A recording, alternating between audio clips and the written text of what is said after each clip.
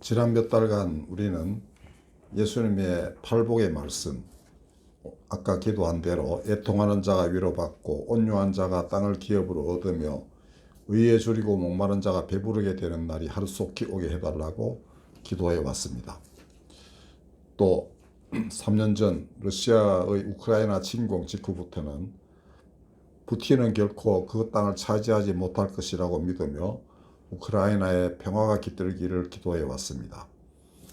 에스겔의 예언과 땅은 하나님의 것이라는 레위기, 온유한 자가 땅을 기업으로 얻을 것이라는 예수 말씀과 시편 기록을 토대로 그렇게 믿고 기도했습니다. 에스겔은 칼로 이웃을 해치고 이웃의 아내들을 더럽히는 자가 어찌 땅을 차지하겠는가 이렇게 예언했습니다. 현재 푸틴은 말할 것도 없고 중국은 한 국가의 수장, 일본 수상입니다. 머리를 칼로 베어버리겠다는 말을 서슴지 않을 정도로 무도합니다. 트럼프 미 대통령이 동맹국을 대하는 태도도 심히 우려됩니다. 이스라엘과 팔레스타인의 관계도 그러해요. 어제 광화문을 지나다 보니까 팔레스타인들의 이스라엘에 대한 그 어떤 시위를 하는 걸 목도했습니다. 우리나라 사정은 좀 더 복잡하고 아주 좀 우려되는 바가 많습니다. 여러분들이 잘 아실 거예요. 이런 때 우리 그리스도인들은 어떻게 해야 하겠습니까? 오늘 본문은 계시록 11장에 나오는 일곱째 나팔 소리에 때 일어나는 일들을 묘사하고 있습니다. 이거 계시록은 해석하기 되게 힘들고 이건 이거다, 이건 이런 현실이다 이렇게 말하기는 되게 어렵습니다만은 이 본문이 마지막 때에 일어날 일들에 대한 예언임은 확실합니다. 하늘에 큰 음성이 나서 말하기를 세상 나라가 우리 주와 즉 하나님 그의 그리스도의 나라가 되어 그가 세세토록 왕노릇 하시리로다 이렇게 합니다. 즉 하나님 성부와 성자가 다스리시는 그런 세상이 된다는 것입니다. 24장로도 우리가 그 정체를 알 수 없습니다. 그러나 그 찬양하는 바는 우리가 충분히 이해할 수 있습니다. 주의 진노가 죽은 자를 심판하고 누구든지 하나님을 경배하고 그 이름을 경외하는 자들에게는 상을 주신다. 그러나 땅을 망하게 하는 자들은 멸망시키실 것이다. 이런 때가 온다는 것입니다. 온 세상의 주권이 하나님께 있다는 것을 명백히 선포하고 있습니다. 그리고 그것이 곧 성취되어서 만인이 그걸 승복하지 않을 수 없는 때가 온다는 거예요. 그런데 이때 하늘에 있는 하나님의 성전이 열리니 성전 안에 하나님의 언약궤가 보이며 또 번개와 음성들과 우레와 지진과 큰 우박이 있더라. 이렇게 요한은 기록을 했습니다. 이 언약궤는 모세가 광야 시절에 하나님으로부터 명령받은 대로 만들어 가지고 이들이 움직일 때마다 이 채를 꿰어서 이동을 했던 그러한 하나님 임재의 상징이었습니다. 맨 위에는 그룹이 있고 안에는 모세의 십계명이 새겨진 돌판, 그다음에 광야에서 먹었던 만나, 그다음에 아론의 쌍난 지팡이, 그것은 아론의 제사장 직분을 명백히 증거하는 그 물건이에요. 성물이죠. 그걸 다 안에 넣고 이렇게 옮겨갔습니다. 솔로몬 시대 때는 만나는 좀 썩고 그렇겠죠. 나무도 그렇고 분명히 석판은 있었던 걸로 기록이 되어 있는데 그 이후에 행방이 좀 묘연하게 돼요. 바빌론 포에 의해서 예루살렘 멸망하고 성전이 약탈당하고 할 때도 그 적힌 세세한 목록 아래 언약궤가 들어있지 않습니다. 사라진 것이죠. 요새도 그게 어딨냐고 찾아다니는 사람이 꽤나 많은데 아직은 오리무중의 상태에 있어요. 자, 그런데 예수님도 거기에 대해서 언급하신 적이 없습니다. 언약궤가 어디 있다 이런 거. 대신에 내가 성전이다 이렇게 했습니다. 그 솔로몬이 지은 성전, 그 다음에 파괴된 뒤에 다시 스룹바벨에서 짓고 다시 그 헤롯이 거창하게 새로 공사를 했던 그 성전에서 제일 중요한 거는 지성소예요.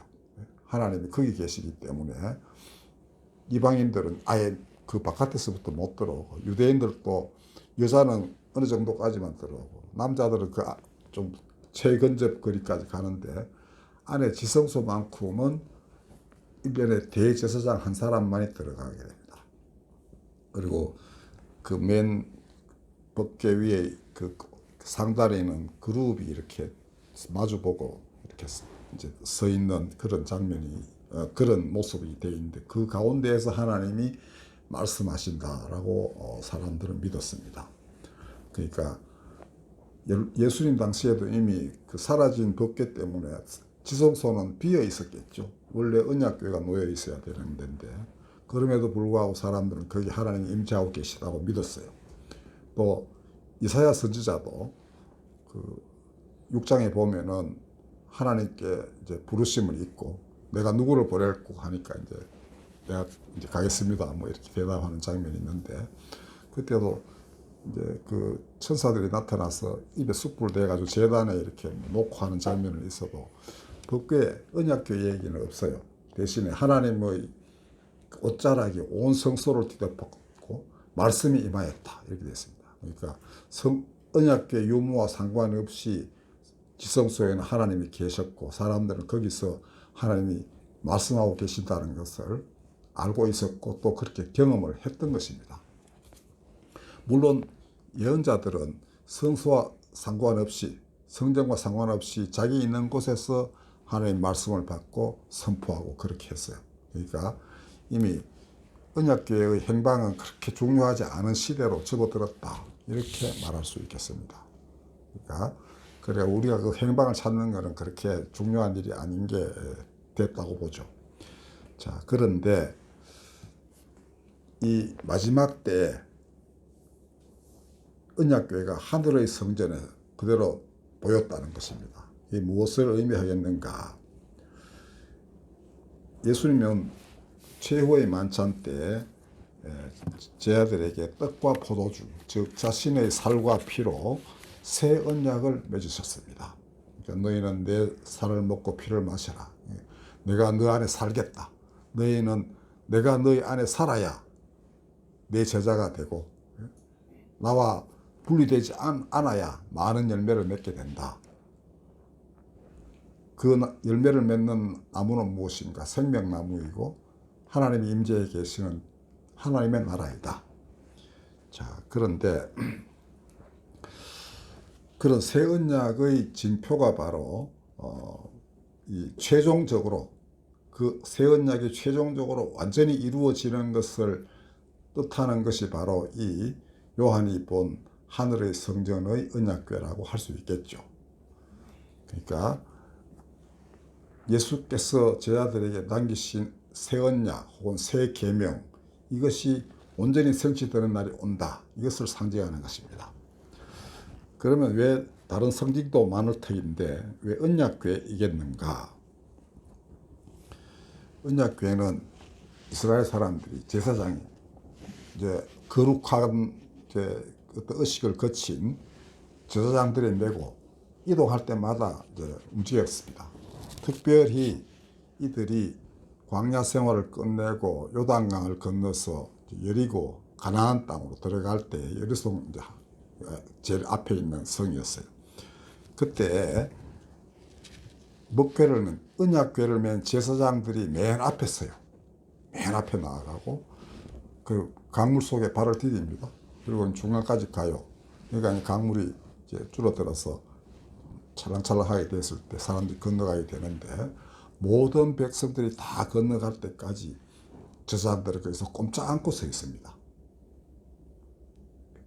그러니까 이게 이제 어찌 보면은 하나님을 상징하는 그 언약궤를 대하는 사람의 태도, 이것을 그 가나안 진입 때 하나님이 명백하게 가르쳐 주신 것이었습니다.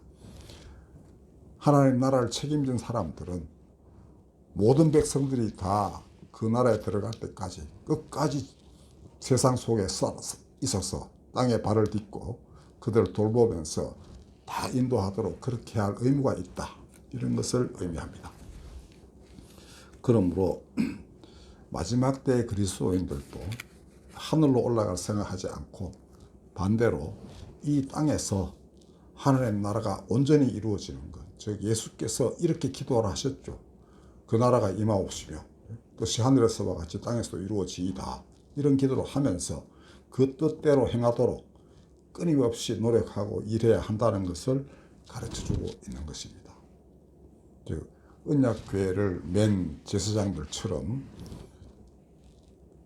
하나님이 그리고 아들 예수님이 자신 안에 살아 계셔서 자신들을 통하여 예수께서 역사하시고 그리하여 예수 약속하신 대로 내가 들리면 땅의 모든 사람들을 내게 결겠노라 하는 그 약속을 다 이루어내는 그 역할을 다 감당해야 한다라는 것입니다. 디모데전서에서도 하나님이 원하시는 것을 사람들이 하나님을 알고 다 구원을 얻는 것이다. 모든 사람이, 주어가 모든 사람입니다. 에베소서 1장도 그렇습니다. 그러니까 하나님의 경륜은 이 땅 모든 것, 하늘에 있는 모든 것, 하늘에 있는 것이나 땅에 있는 것이나 다 그리스도 예수 안에서 통일되는 것이 하나님의 경륜이다. 그리고 예정이 되어 있는 사람은 무엇이 예정인가? 구원으로 예정된 기라기보다는 그 경륜을 이루기 위하여 하나님이 태초부터 예정한 사람은 있다. 이겁니다.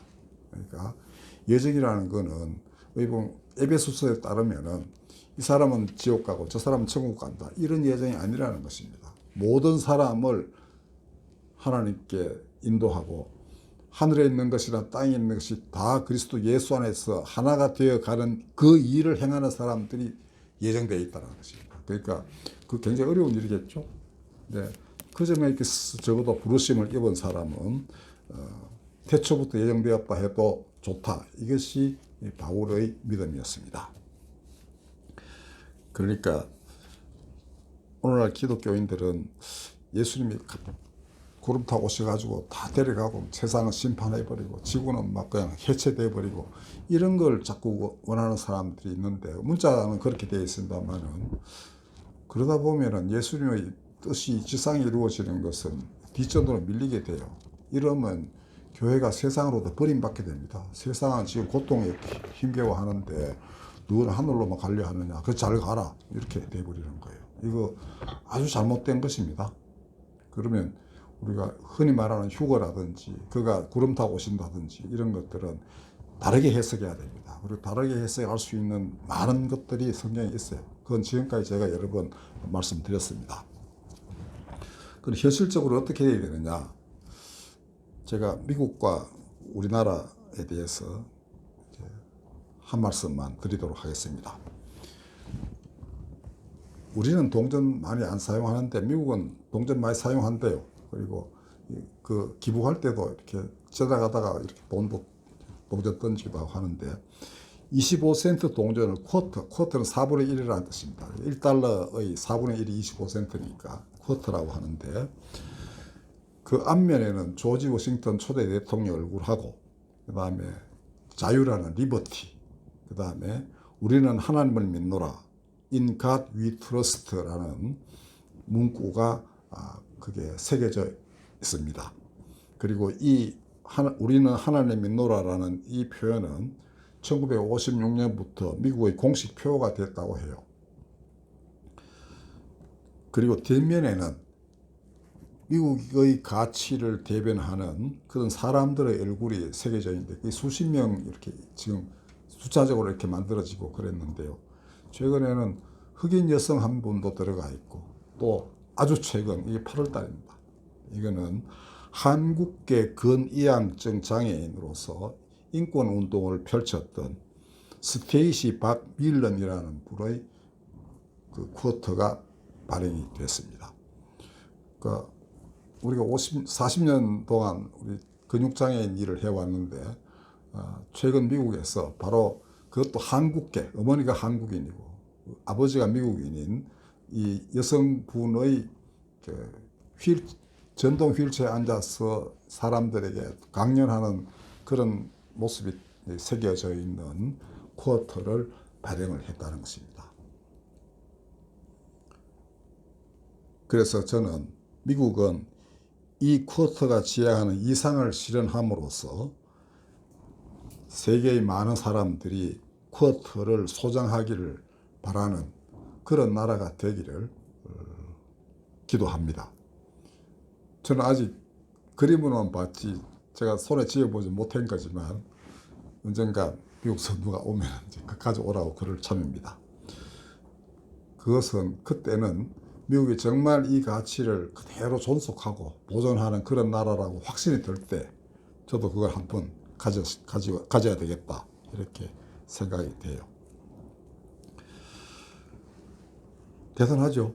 그러니까 뭐 원래 미국이 다민족 국가이긴 합니다만은 그 다양한 많은 그 인종과 그 다음에 그들의 이해관계 이거를 다 조정해가면서 그 녹여내는 이런 것이 미국의 가치라는 것입니다. 근데 현재 미국이 조금 이제 대통령 때문에 그런 길로 가는지 좀 의심이 드는 그런 상황이어서 더더욱더 저는 전통적인 미국의 가치가 그대로 존속되기를 바라는 마음이 간절합니다. 그 우리나라는 어떻습니까?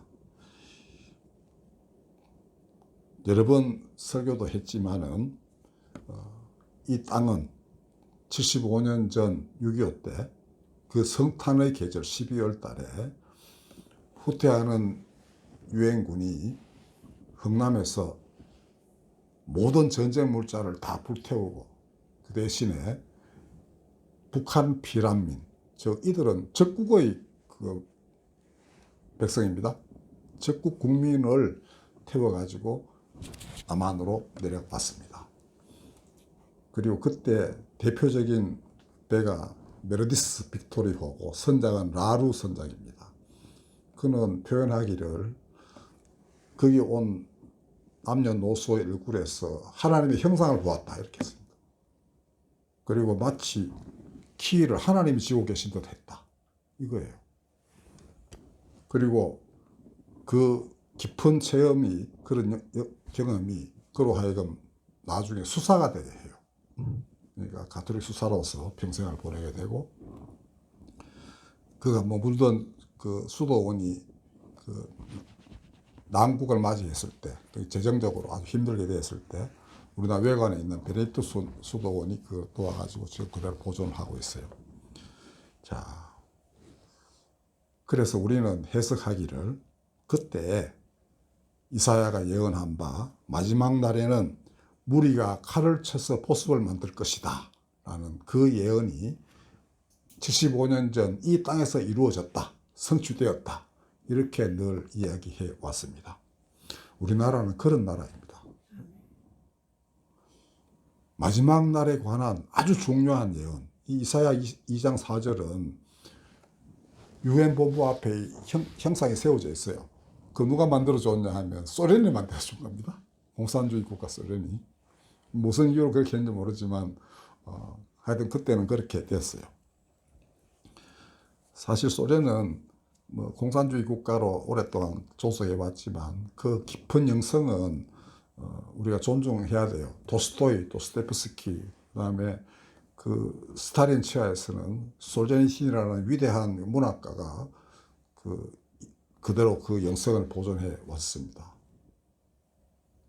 물리학자도 있어요. 사라호프라는. 그러니까 과학자든 문학자든 그 깊은 러시아의 밑바닥에 흐르고 있는 하나님의 은총과 그에 대한 깊은 깨달음 내지는 그 감수성 이런 것들이 다시금 되살아나야 하는 게 러시아입니다. 지금 푸틴은 쉽게 말하면 그런 러시아의 전통에서 보면 완전 이단화, 완전 반역자에 해당한다고 볼 수 있습니다. 우리는 푸틴을 많은 젊은이들, 그것도 자기의 젊은이들을 그 사지로 내모는 몰록의 제사장이다 이렇게 우리는 규정을 했습니다. 이제 그는 물러나고 진정한 러시아가 하나님 안에서 재탄생되어야 하는 거 우리 또 그걸 기도를 해야 됩니다. 이스라엘도 그렇습니다. 이스라엘은 지난주에 말씀드렸듯이 아브라함과 이삭과 야곱의 하나님을 믿는 그런 백성 아닙니까? 그러면 그들이 보여준 대로 따라하는 것이 마땅합니다. 아브라함은 사실은 이 아람 사람, 지금 메소포타미아 지역 이라크 쪽에 살던 사람이 이렇게 가서 가나안 땅에 들어간 거예요. 그러니까 원래 그 원주민들이 이제 블레셋 사람, 지금의 팔레스타인 사람이라고 그러는데 하여튼 그 연결은 없다고 되어 있습니다만 이름이 비슷하죠. 원주민 안에서 이제 들어가 살려면 그 되게 온유해야 됩니다. 그리고 막벨라 부인을 위해서 묘지를 살 때, 막벨라 동굴과 부속 토지를 살 때에도 사람들로부터 존중을 받았던 게 여실히 드러나요. 그리고 그들이 원하는 대로 돈을 다 주고서 그걸 확보를 합니다. 다투지 않았어요. 이삭은 더 말할 것도 없이 계속 물러나면서 우물 파고 해서 나중에는 하도 강성해지니까 이웃이 오히려 거꾸로 겁을 내요. 우리 침략하면 어떡하지 이러는데 이삭은 그럴 생각이 전혀 없었죠. 지금 강성해진 이스라엘도 다른 주변 국가들이 겁을 내니까 지금 복잡하게 되어 있는 거 아닙니까? 그러니까 이스라엘은 결코 우리를 해코지하지 않을 것이다. 옛날 아비멜렉은 이삭에게서 그걸 기대했고 이삭은 실제로 또 그런 사람이었습니다. 이런 것들이 오늘날에도 그대로 다시 재현되는 것이 바람직하다. 그리고 제가 심지어는 그런 주장도 했었죠. 유대인들, 전 세계에 흩어진 유대인들 부가 얼마나 많습니까? 차라리 팔레스타인 땅을 사라. 그러니까 많은 돈을 주고 땅을 확보하고 그 돈으로 그쪽은 이제 또 다른 나라를 제대로 만들어 가지고 살아가는 두 개 국가로 이게 마땅하지 않나 저는 그렇게 늘 생각하고 있습니다. 공존해야죠. 제가 95년인가 팔레스타인 유대인 성지순례 갔을 때는 이츠하크 라빈 총리하고 그다음에 팔레스타인의 아라파트하고 협의를 해가지고 평화가 조속되던 때였어요. 팔레스타인 국기도 있고 제가 팔레스타인 군인하고 찍은 사진도 있고 그랬었어요. 국기 밑에 이렇게. 근데 라빈이 피살되고 그다음에 아랍 세계에서도 강경파들이 등장하면서 깨지고 말았습니다. 다시 한번 새로운 평화의 기운이 싹트기를 바랍니다. 그 전쟁에 지치고 테러에 지치고 하면은 양쪽 다 정말 사람 살이가 아니잖아요. 그게 진짜 사람대로 사람 사는 걸 우리가 누리고 싶다 하는 이런 마음이 양쪽에서 일어나기를 바랍니다. 중국도 마찬가지예요. 공자가 원했던 중국은 1000명의 수행자였습니다. 모든 제후들이 하나님의 명을 따르기를 바라고 10수년을 돌아다녀요. 근데 듣지 않습니다. 그래서 결국 마지막에는 고향에 돌아가서 제자를 기르고 그 가르침이 오늘날까지 동아시아 사람들의 정신세계를 이렇게 정말 정화시켜 온 그러한 원동력이 됐습니다. 이게 다시금 하나님과 성부와 성자와 성령의 역사 안에서 의미를 되찾고 다시 한번 생기를 얻게 되는 그런 일이 일어나야만 됩니다. 그러니까 사람이 갑자기 자기 터전을 떠나서 갑자기 무언가를 이해하는 건 되게 어려워요. 그러나 이미 몸소에 거의 체화되어 있는 이런 것들이 다시금 서화되는 것은 좀 더 쉽습니다. 그래서 다 성경을 그 나라 언어로 번역해 주잖아요. 그럼 그 나라 사람들은 그 자기 언어를 가지고 그걸 이해하기 때문에 더 오히려 성경이 풍부해진다는 그런 설도 있습니다. 그러니까 그거는 그 하나님이 그냥 사람 만들어 놓고 가만 내버려 두시겠습니까? 그것도 하나님 뜻대로 살도록 하는 많은 역사를 하셨겠죠. 그런 것들이 다시 되살아나는 이런 일들이 벌어지게끔 기독교인들이 물꼬를 터줘야 되는 것입니다. 거기가 정체되어 있으면 하나님의 거룩한 생물이 거기 흘러 들어가게 하고 그 다음에 거기에 뭔가가 있으면 그걸 찾아서 북돋워 가지고 꽃이 피게 하고 이런 것들이 오늘날 마지막 때의 그리스도인들이 해야 될 의무입니다. 그리고 그럼으로써 결국 하늘에서와 같이 땅에서도 하나님의 뜻이 이루어지게 되는 거예요. 오늘날 이 마지막 때 하늘의 성전에서, 하나님의 성전에서 그 성전이 열리고 언약궤가 나타났다는 것은 분명히 예수께서 다시 오셔서 옛날 아브라함에게 하신 약속을 다 이루신다는 그 확실한 증거입니다. 그리고 언약궤라는 것은 제사장들이 맡아바 직무가 그 끝까지 메고 모든 사람들이 하나님의 보호 아래, 그들이 딱 하나님 정정하고 계신가, 각 중간에. 그다음 그 보호 아래 모든 사람들이 그 강을 건너서 약속의 땅에 들어간다. 이 확신을 주는 것입니다.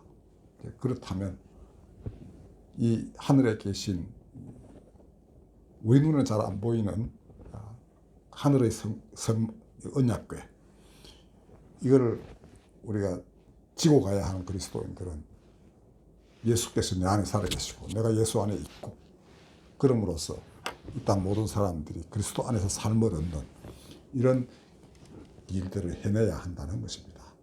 여러분들, 그런 의미에서 여러분들한테 기쁜 소식을 접하였고 또 그러한 시대에 살고 있음을 감사하게 여기십시오. 기도하겠습니다. 하늘의 성전 안에 있는 언약궤, 그것을 능히 메고 강 중간에 서서 이편에서 저편으로 모든 사람을 가게 만드는 그 역할을 감당하는 이 땅의 교회가 되고 그리스도인들이 되게 하여 주시옵소서. 모두에게 기쁨이 되고 하늘의 영광이 되는 놀라운 역사 하나님 친히 일으켜 주시옵소서. 예수님의 이름으로 기도하였습니다. 아멘. 찬송가 242장 부르겠습니다.